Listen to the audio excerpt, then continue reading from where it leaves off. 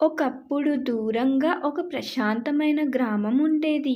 ఆ గ్రామానికి దగ్గరలో ఒక అద్భుతమైన వనం ఉండేది. ఆ వనంలో ప్రతి చెట్టు, ప్రతి పువ్వు ఒక ప్రత్యేకమైన రంగులో మెరిసిపోయేవి.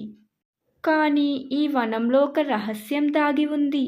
రాత్రిపూట వనం మొత్తం నిశ్శబ్దంగా మారినప్పుడు ఒక అరుదైన మెరిసే సీతాకోకచిలుక కనిపించేది.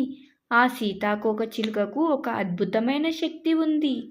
అది మనుషుల కలలను నిజం చేయగలదు.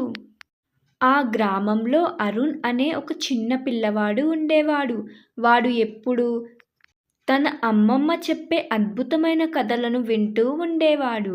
అమ్మమ్మ తరచుగా రంగుల వనం గురించి, దానిలో దాగి ఉన్న రహస్యపు సీతాకోకచిలుక గురించి చెప్పేది. ఆ సీతాకోకచిలుకను కిరణ్ అని పిలిచేది.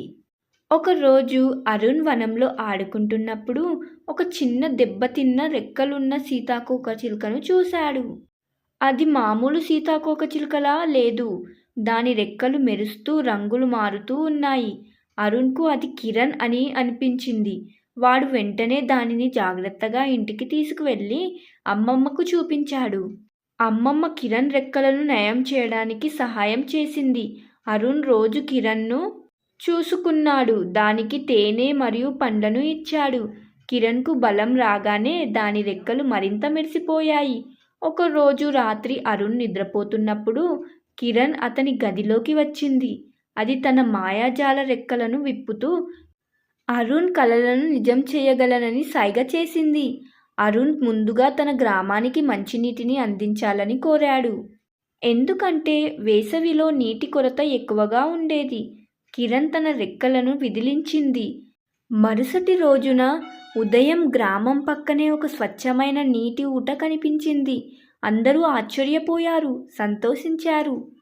ఆ తరువాత అరుణ్ తన స్నేహితులకు సహాయం చేయడానికి, గ్రామంలో పాఠశాలను మెరుగుపరచడానికి మరియు పెద్దలకు విశ్రాంతి తీసుకోవడానికి అందమైన తోటను నిర్మించడానికి కిరణ్ సహాయం కోరాడు. ప్రతి కోరిక నెరవేరినప్పుడు అరుణ్ కిరణ్కు కృతజ్ఞతలు చెప్పాడు.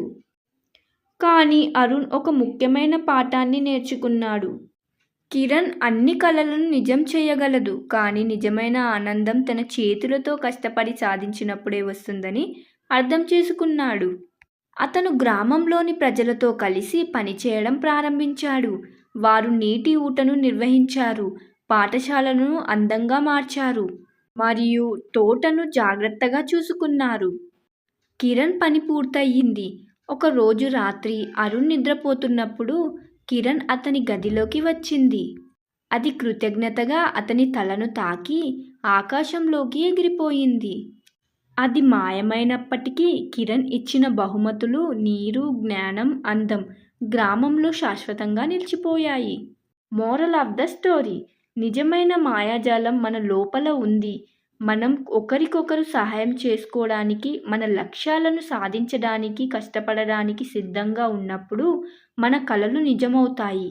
మనం ప్రకృతిని, ఒకరినొకరు గౌరవించినప్పుడు ప్రపంచం ఒక అద్భుతమైన ప్రదేశంగా మారుతుంది. అంటే దీని అర్థం, మనం ఒకరినొకరు సహాయం చేసుకున్నప్పుడు ఎలాంటి పనైనా పూర్తిగా చేయవచ్చు, మన గ్రామాన్ని కూడా మనం చక్కదిద్దుకోవచ్చు అని దీని అర్థం.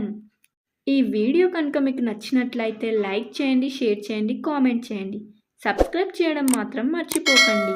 మరి ఇంకెన్నో మంచి వీడియోస్తో మీ ముందుంటాను. అప్పటి వరకు మన ఛానల్ని చూస్తూ ఉండండి. Bye bye.